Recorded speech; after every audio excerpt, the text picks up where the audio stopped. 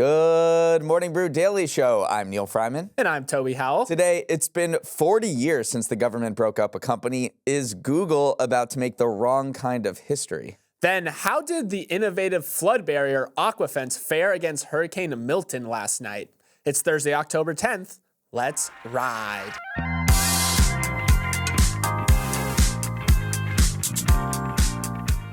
Hey, Toby, are you today's date?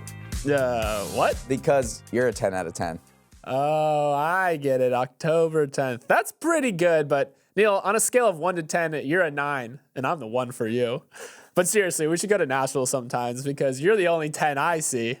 No, but honestly, you're more like a 6, and I'm the 1 for you. Okay, that's all I got. Feel free to steal any of those Or none of them. Or none of those.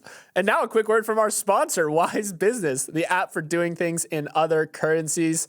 Remember Edna Mode from The Incredibles? Of course, the super suit designer, no capes. No capes is right. Edna thought that they only slow superheroes down, just like having the wrong accounting or invoice systems can slow down small business owners. Edna would have loved Wise then. It makes handling international payments easy so business owners can do what they do best. Save the world. Well, maybe, but also save some money. No capes and no extra fees. That is the Wise way. For all you small business superheroes out there, visit wise.com/business. That's wise.com/business. Well, the day arrived. Hurricane Milton made landfall last night around 8:30 p.m., slamming into the west coast of Florida as a Category 3 storm. The trajectory the storm took through the warm Gulf waters ended up impacting the state just south of Tampa Bay in the Sarasota-Bradenton region. One particular focus would be how Tampa General Hospital would fare, given its precarious position on a low-lying island surrounded by water. In preparation for the storm, the facility set up these 9-foot-tall flood barriers made by a company called AquaFence, which recently went viral for protecting the same hospital as it contended with Hurricane Helene. But Milton and its record-setting storm surge posed an even bigger test, one that so far it's passing with flying colors. Tampa General, with the help of the barriers, has managed to keep the water out so far, a fact that is sure to put even more of an emphasis on the growing industry of flood protection solutions.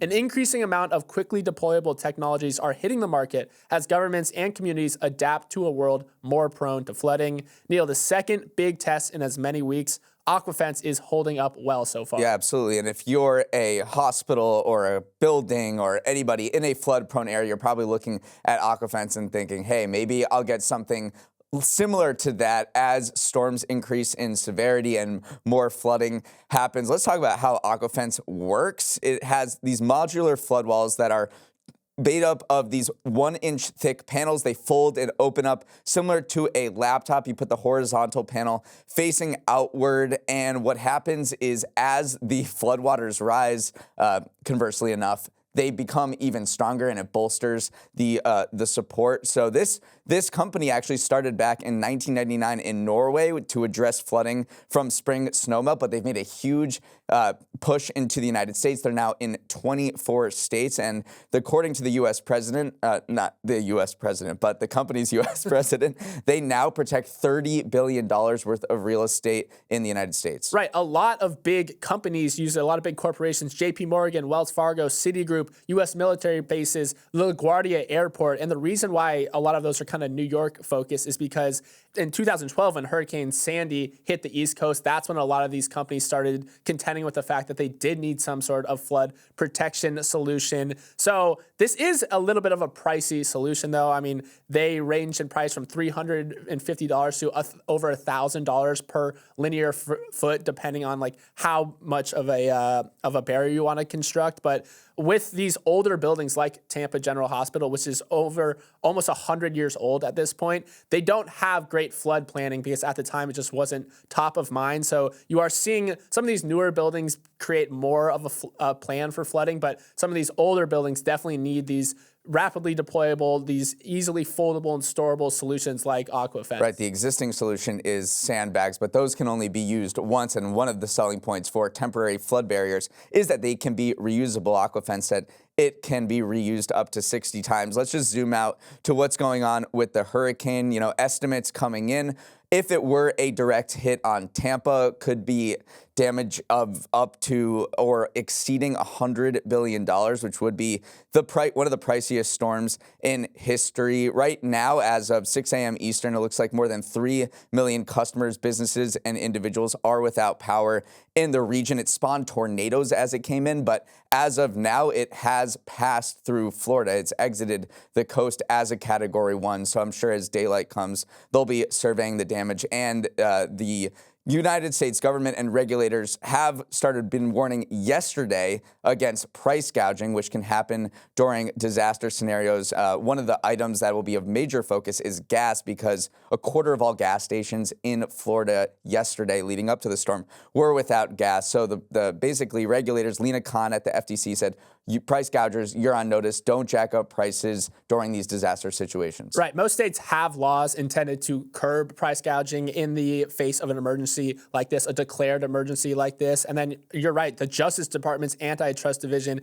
is sending out these warnings saying, like, hey, do not use the hurricane as an excuse to exploit people through this illegal behavior, and also giving people some things to watch out for, like do not donate to fraudulent charities, do not look out for scammers who are trying to get personal information off you. So this is like the next layer of what happens amongst, of course, like the cleanup effort that happens, but also be on the lookout for some of these like price gouging and these scammers out there. Yeah, so we hope everyone who's listening to this in the area is staying safe. If you find Google playing Since You've Been Gone on repeat, it's because it's on the verge of a really bad breakup. Yesterday, the DOJ said it was considering seeking a breakup of Google after its landmark antitrust victory earlier this year, when the agency convinced a judge that Google's search engine was an illegal monopoly. After that big win in round 1, the DOJ got to work on round 2, in which it has to propose possible remedies to unmonopoly Google. One of those remedies, we learned in a filing late Tuesday night, is splitting up Google into multiple pieces.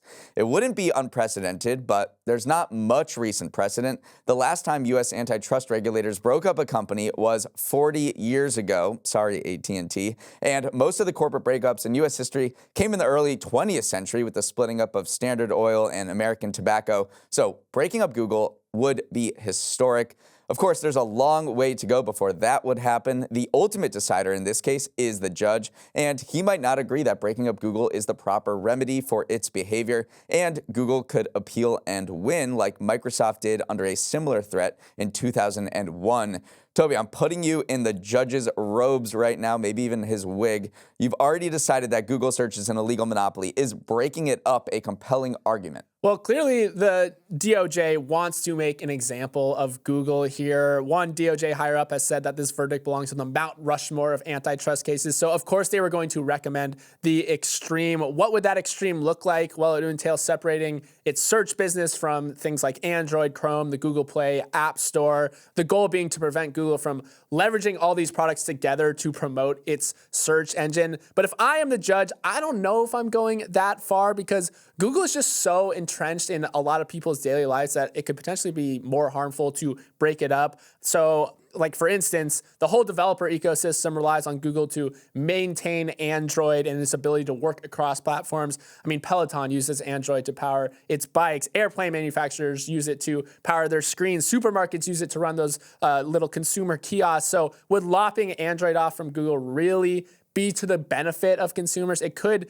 actually cause more problems than it solves. So maybe if I'm donning those judge robes, I'm looking at the broader impact here and not going so as far as maybe the Department of Justice wants me to. You sound exactly like Google, because in its response to the proposed remedies from the DOJ, it said those were radical and sweeping beyond the scope of the legal issues in the case and a threat to consumers, businesses, and American competitiveness. One thing that could be within the scope of the case, remember, the judge said that those exclusionary agreements that Google made with phone manufacturers and web browsers to make it the default search engine was the main way that it wielded its size and scale to be an illegal monopoly and entrench its dominance in search. So one thing that the judge could do, and the DOJ did also propose, it proposed a suite of options, not just breaking up Google.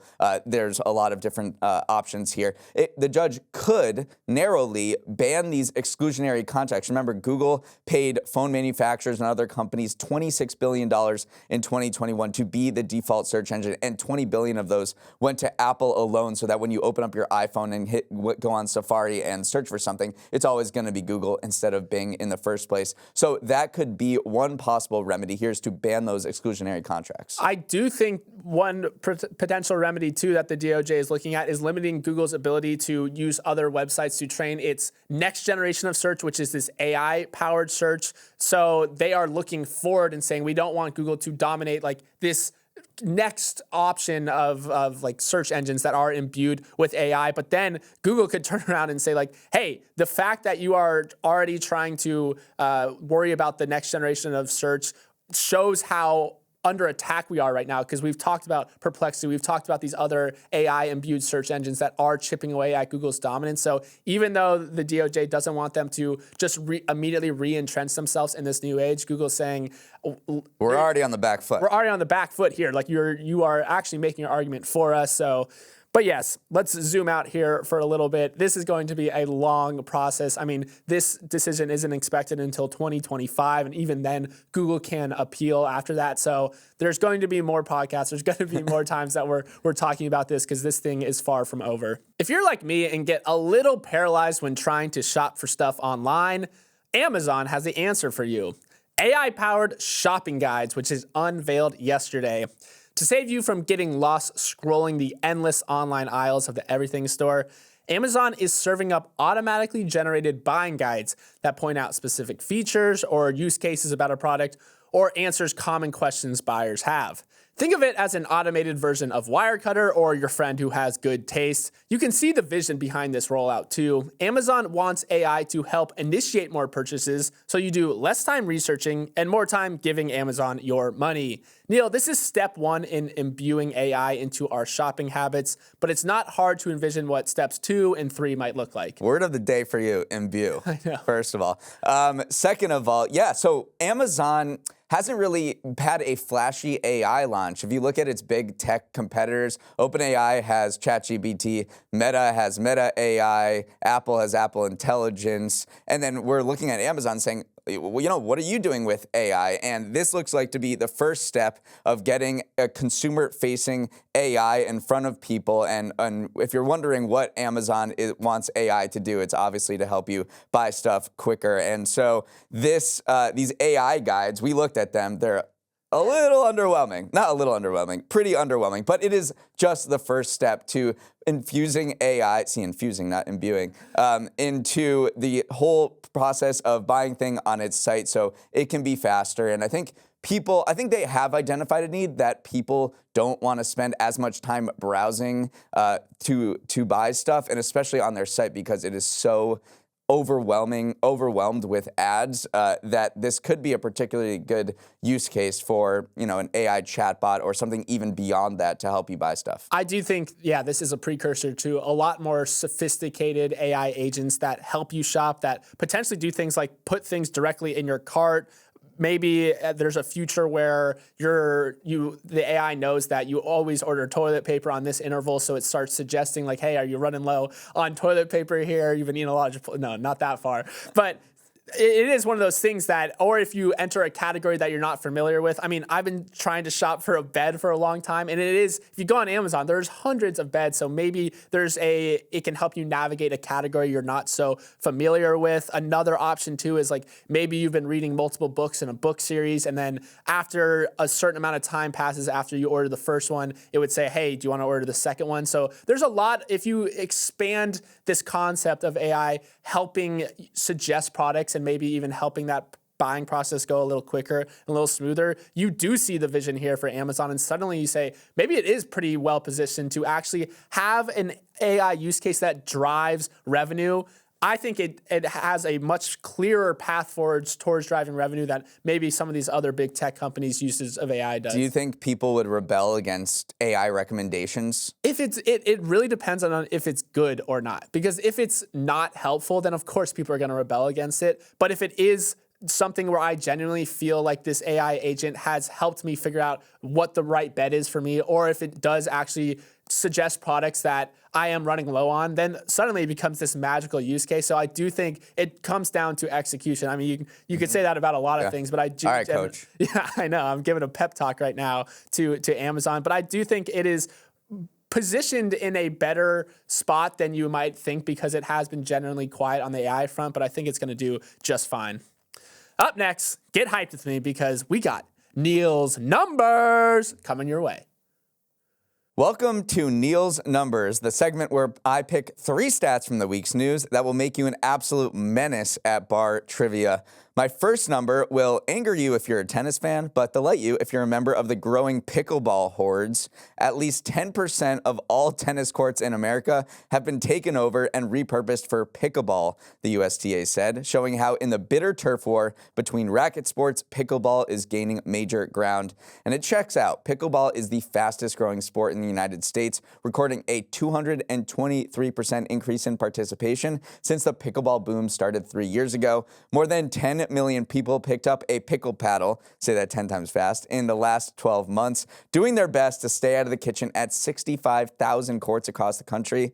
The main problem for the USTA, a tennis organization, is that their sport is growing fast too, but the pickleball land grab has left them lacking in the real estate category. There are not enough courts to support tennis growth, USTA CEO Lou Scher told the Wall Street Journal. Court infrastructure is being compromised with people playing pickleball on those courts or courts being repainted. Tennis legend Novak Djokovic is also worried. At Wimbledon this summer, he said the rise of pickleball and another racket sport, paddle, means tennis is in danger.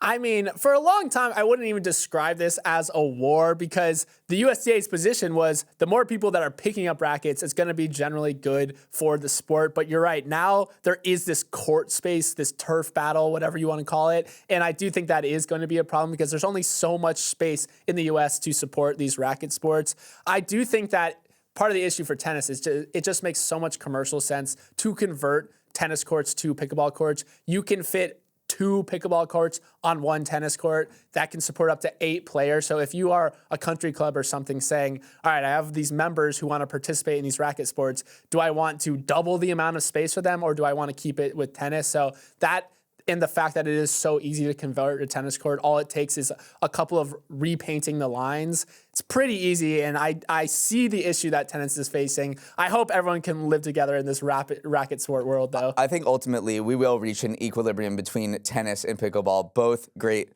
sports. I also have 2 other tennis news while we're on the subject. Yesterday, Wimbledon said it was replacing line judges with electronic line calling like the U.S. Open has done since 2021. I like it. I mean, it is just a better system. Like, I get the tradition and, like, how nice it is to have those polo-clad lines judges in Wimbledon, but it just makes too much sense. And this is breaking news, actually. As of 20 minutes ago, Rafael Nadal is going to retire after next month. And Toby doesn't even know this. I was just looking at my phone while he was talking. I know. Neal's like, I have tennis news to break. I'm like, what could it possibly be? Oh, dang it. That makes me sad now. Okay, let's move on. For my second number, the cost of buying a ticket to a jackpot you'll never win is going up substantially. This week, Mega Millions announced that its ticket prices are more than doubling from $2 to $5 come April 2025, just the second price increase in the lottery operator's 22-year history. But it's trying to cushion the price hike with a promise. You pay more, you get more. You could get more. Mega Millions said that the jackpots will start at a higher level and it's eliminating break-even prizes where you just get your money back and nothing more. Moving forward, every winning ticket will carry an award higher than the cost of a $5 ticket. It's a bet that people will be more motivated to buy tickets no matter the price if the jackpot is high enough. As Joshua Johnston, the lead director of the group that oversees Mega Millions, said, spending $5 to become a millionaire or a billionaire, that's pretty good. Well, when you put it that way. I'm very curious about what the impacts this will have on ticket sales. Will it go down or will it go up? Because you're right, it is this interesting psychological phenomenon. Like, are people going to be more willing to spend more if they are also being told that you have a better chance of winning. Again, that chance is still 1 in over 300 million. So even though the chance did get greater, it's still infinitesimally small. But I do think that the lottery did the research here. They asked people, would you be willing to pay more if you had bigger jackpots more frequently? And I think the answer will be yes. Yeah. You do see time and time again, as soon as that jackpot level hits $1 billion, there's a surge of media attention and a surge of people buying the ticket. And they think that those bigger jackpots, faster growing jackpots, are going to outweigh the, pretty more than double price increase. Plus, this is also, they're in a big competition with Powerball and they want to stand out. My final number is 22 seconds, which is all the time it took to turn a nearly 70-year-old Las Vegas icon into a pile of rubble. In the early hours of Wednesday morning, the Tropicana Hotel and Casino, the last true mob building on the Vegas Strip, was imploded to make way for a future baseball stadium of the relocating Oakland Athletics. This wasn't your typical building implosion because Las Vegas isn't a typical city. The Tropicana went down in a blaze of glory, accompanied by a 7-minute fireworks show and a 555 drone salute, all live streamed, of course. Vegas has made a spectacle of implosions ever since 1993, when former casino mogul Steve Wynn thought, everything else in this town is a show. Why can't an old building being blown up also be one? That year, he made it appear as if the pirate ships from his casino across the street, Treasure Island, were firing on the dunes as it was cleared out for the Bellagio.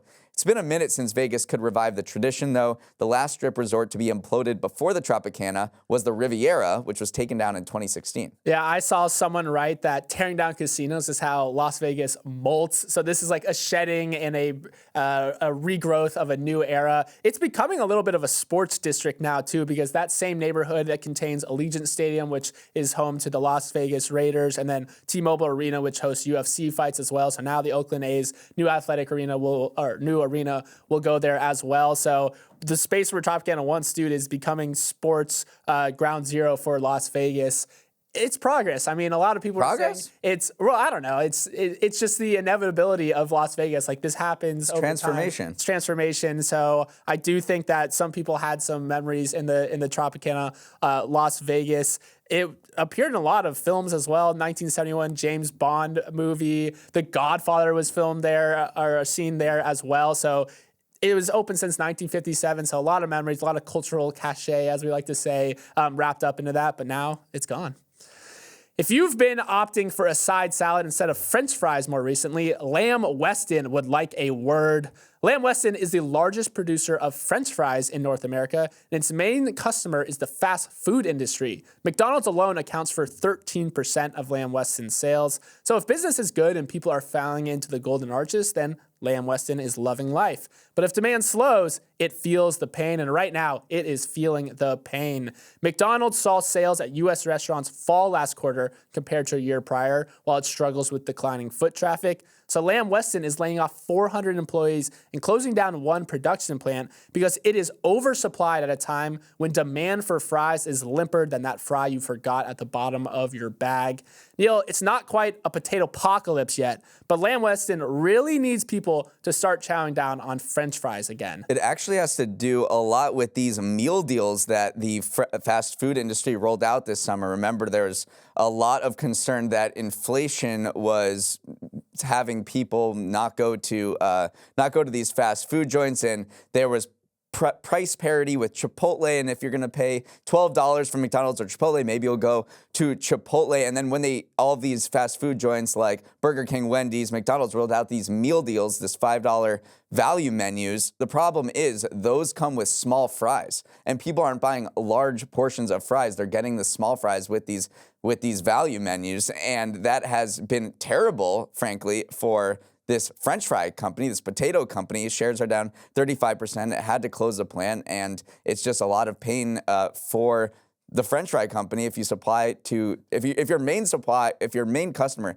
is the fast food industry, and fast food traffic has been going down 2% last quarter and 3% the previous quarter, and people are opting for smaller fries over large fries. That's bad news. One thing that could save Lamb Weston and save the fast food industry, or at least McDonald's, is that they are rolling out the Chicken Big Mac today. They say it is essentially still a Big Mac. It just has 2 of these tempura battered chicken patties instead of beef. I think that this is going to be a massive hit. I mean, there's been this broader shift in the fast food industry towards putting more chicken on menus. Per capita consumption of chicken in the U.S. has skyrocketed over the past 50 years or so. Beef consumption has slowly decreased. So we've seen like the rise of these chicken restaurants, Chick-fil-A obviously being the biggest one. So I think McDonald's remaking their classic Big Mac to include chicken might drive that foot traffic and potentially save Lamb Weston as well. All right, that is all the time we have. Thanks so much for starting your morning with us, and have a wonderful Thursday. We love hearing from you, so please send any feedback on the show to morningbrew@morningbrew.com. Then take just 1 minute of the day to send Morning Brew Daily to a friend, coworker, or family member who doesn't listen to the pod yet. If you're having some decision paralysis on who to share it with, Toby has you covered. I actually want you to share today's show with your crush. Maybe even send them some of the pickup lines we offered up at the beginning of the show. I don't know. Shoot your shot, everyone. Let's roll the credits. Emily Milliron is our executive producer. Raymond Liu is our producer. Olivia Graham is our associate producer. Uchenna Ogu is our technical director. Billy Menino is on audio. Hair and makeup always wants fries with that. Devin Emery is our chief content officer, and our show is a production of Morning Brew. Great show today, Neal. Let's run it back tomorrow.